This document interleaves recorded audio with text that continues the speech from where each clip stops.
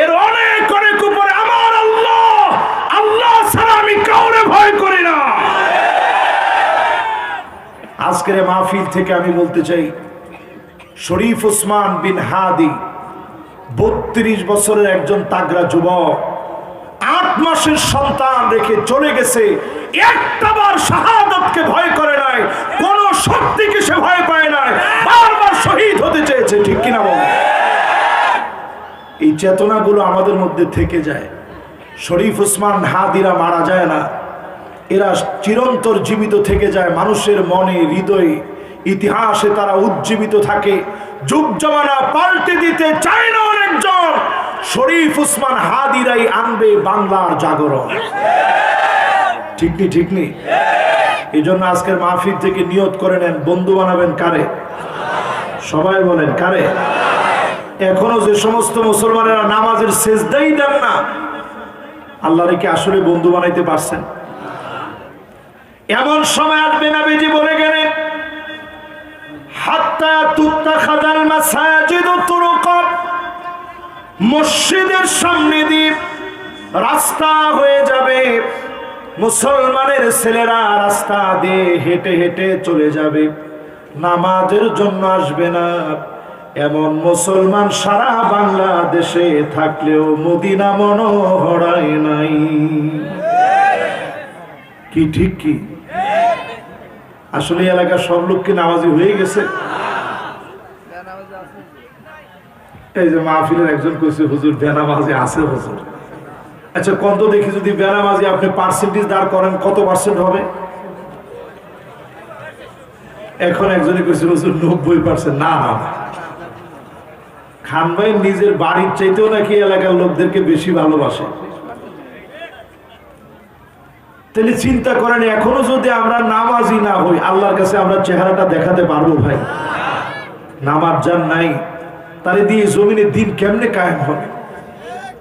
আজ আমরা স্বপ্ন দেখি, এই স্বপ্নের অন্তরায় হচ্ছেন আপনি, কারণ আপনি এখনো নামাজ ধরতে পারেননি। আজকে আপনি নামাজি হন, আল্লাহরে বন্ধু বানান, এই জমিনে দিন কায়েম হবে, কোন জালেম আটকা দিতে পারবে না, পারবে না, পারবে না। 2 নম্বরে নসিহত আলী রাদিয়াল্লাহু তাআলা আনহু করতেন, ওনার এরকম মাহফিলে দাওয়াত দিয়ে নিতেন। তুই যুগে তার মাইক ছিল না, উনি ওনার 4টা নসিহত করতেন, বলতেন তুমি এই লোকদেরকে পৌঁছায় দাও, তুমি এই লোকদেরকে পৌঁছায় দাও, সবার মধ্যে আওয়াজ পৌঁছায় যেত। তাহলে এবার একটু আপনারা বলেন, 1 নাম্বার নসিহত আল্লাহরে বন্ধু বানানো, জোরে কোন 1 নাম্বার নসিহত।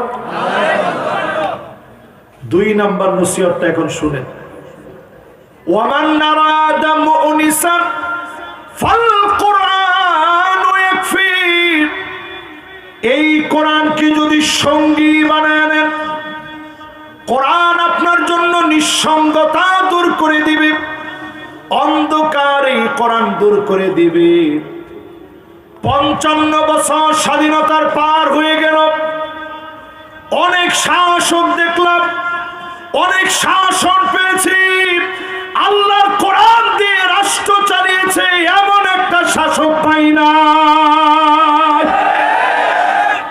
ঠিক নি? ঠিক নি? বর্তমানে এই জন্য আওয়াজ উঠেছে, সব দেখা শেষ, সামনে হবে আল কোরআনের বাংলাদেশ। রাজি আছেন? জোরে বলেন রাজি আছেন? যদি এইটাতে আপনারা রাজি থাকেন, যে যে দল করেন, এখনকার মানুষের পালস কিন্তু বুঝতে হবে। বর্তমান মানুষের পালস হচ্ছে কোরআন দিয়ে রাষ্ট্র চলুক, এটা মানুষ চায়। এজন্য আমরা দেখছি কিছু মানুষ কিছুদিন আগেও বলছে শরিয়া টরিয়া দিয়ে হবে না, এখন দেখছি মাশাআল্লাহ ওনারাই বলছে যে ইনশাআল্লাহ কোরআন সুন্নাহর বিপরীতে কোনো আইন হবে না। না না, ঠিকটা বলেন না, জোরে বলেন। যদি বিষয়টা এমন হয়, আজকে থেকে এটা মনের মধ্যে বসায় নেন, কোরআন সুন্নাহ ছাড়া আগামীতে এ জাতির মুক্তির আর কোনো পথ নাই। ঠিক কিনা? প্রত্যেক বছরে আল্লাহ রাব্বুল আলামিন পরীক্ষা নেবেন, একবার অথবা 2 বার মালিক পরীক্ষা নেবেন। এই পরীক্ষার পরে মালিক সুযোগ দিবেন তাওবা করার। যদি আপনি তাওবা করে মালিককে স্মরণ করে নেন, যিনি আযাব গজব উঠায় দিবেন তিনি কে? এবার 4টা নসিহত শুনেন, 4টা বদঅভ্যাস শুনছেন, এবার 4টা নসিহত শুনেন। এই নসিহত আমার না, হযরতে আলী রাদিয়াল্লাহু তাআলা আনহু আযাব গজব থেকে বাঁচতে 4টা নসিহত করছেন। জোরে কোন কয়টা? 1 নাম্বার নসিহত তিনি করলেন, মান আরাদা সাহিবাহু ফাল্লাহু ইয়াকফি। আল্লাহকে যদি বন্ধু বানায় নিতে পারে, আল্লাহ আপনার জন্য যথেষ্ট হয়ে যাবে। বিপদ মুসিবতে পড়ে যাবেন, যিনি আপনাকে হেফাজতের জন্য যথেষ্ট হয়ে যাবেন তিনি কে? আল্লাহরে বন্ধু বানাইতে খুব বেশি কিছু লাগে না। ওয়াসজুদ ওয়াক্তারিব, সেজদা দিয়ে দেন, নত হয়ে যান, নত শিরে সেজদা অবনত হয়ে যান। যত বেশি সেজদা দিবেন মালিক কাছের হয়ে যাবে, আপনার আপন হয়ে যাবে।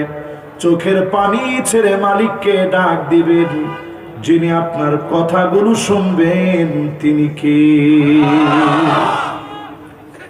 এটা বুঝবেন তখন, বিপদে পড়বেন যখন। ওই যে বললাম কয়েকদিন আগে বাংলাদেশে একটা ভূমিকম্প হলো 21শে নভেম্বর জুমাবারে। যদি ওই ভূমিকম্পটা 5.7 মাত্রার না হয়ে একটু আল্লাহ ঘুরায় দিতেন 7.5 মাত্রা, যেমন জাপানে হয়েছে, এরকম যদি হইতো, ঢাকা শহরটা আজকে একটা কান্নার নগরী হয়ে যেত, গাজার মতো রূপ নিত। মালিকের বড় দয়া লেগে গেছে, একটু পরেই লোকেরা জুমার নামাজে যাবে, আল্লাহর বড় মায়া লেগে গেছে। আবার আল্লাহ সুযোগ দিয়েছেন আরেকটা বার তওবা করার জন্য। জোরে করে আল্লাহু আকবার। সারা দুনিয়ার দিকে তাকায় দেখেন, সারা দুনিয়ার ভিতরে আযাবের একটা মহড়া শুরু হয়ে গেছে। 24 ঘন্টার ভিতরে 94 বার ভূমিকম্প হয়েছে পৃথিবীতে। রেক্টার স্কেলে কোনটার মান 5.3, 4.3, 3.9, 7.3, 6.7 এই মাত্রার ভূমিকম্প সারা দুনিয়ার ভিতরে 24 ঘন্টার ভিতরে 94 বার ভূমিকম্প হয়ে গেছে। ইথিওপিয়ার দিকে তাকায় দেখেন, 12,000 বছর পুরানো আগ্নেয়গিরি ফেটে গেছে, 13 কিলোমিটার উঁচা হয়ে আগুন চতুর্দিকে ছড়ায় পড়ছে। দুনিয়ার কোন ফায়ার সার্ভিস, ফায়ার ব্রিগেড দিয়ে আগুনকে নিবানো যায় নাই। এর ধোঁয়াগুলো গিয়ে মিশে গেছে পাকিস্তানে, ধোঁয়াগুলো গিয়ে মিশে গেছে ইন্ডিয়ার আকাশে, ওমানে, ইয়ামানে গিয়ে মিশে গেছে। এই যে একটা ভয়াবহ দুর্বিষহ অবস্থা, এই দুর্বিষহ অবস্থা বাংলাদেশের ভিতরে ঘটতে পারে, কিন্তু আল্লাহ তাআলা এই জমিনকে ভালোবাসেন। এই জমিন কোরআনের জমিন হবে বলে আল্লাহ রাব্বুল আলামিন হওয়ার জন্য উর্বর করে জমিনকে তৈরি করতেছে। জোরে করে আল্লাহু আকবার। আজকে যদি এই জমিনের লোকেরা সিদ্ধান্ত নেয় আল্লাহকে বন্ধু বানায় নিবে, নামাজের দিকে আসবে, এই জমিনে নামাজকে প্রতিষ্ঠা করবে, আপনি লিখে রাখেন আযাব গজব যিনি উঠায় নিবেন তিনি কে?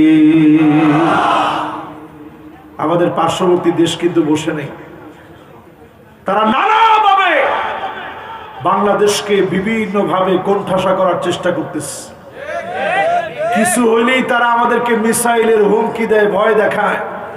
ছোট্ট ফিলিস্তিনের একটা যুবককে দিয়ে আমি বলতে চাই, 12 বছরের একটা ফিলিস্তিনের যুবককে প্রশ্ন করছে, তোমার মাথার উপর দিয়ে এই যে বোমারু বিমান গুলা ঘুরে, তোমার কি ভয় লাগে না? ছোট বাচ্চা হিম্মত নিয়ে বলে, বোমারু বিমান তো মাত্র এই জায়গায় উড়ে।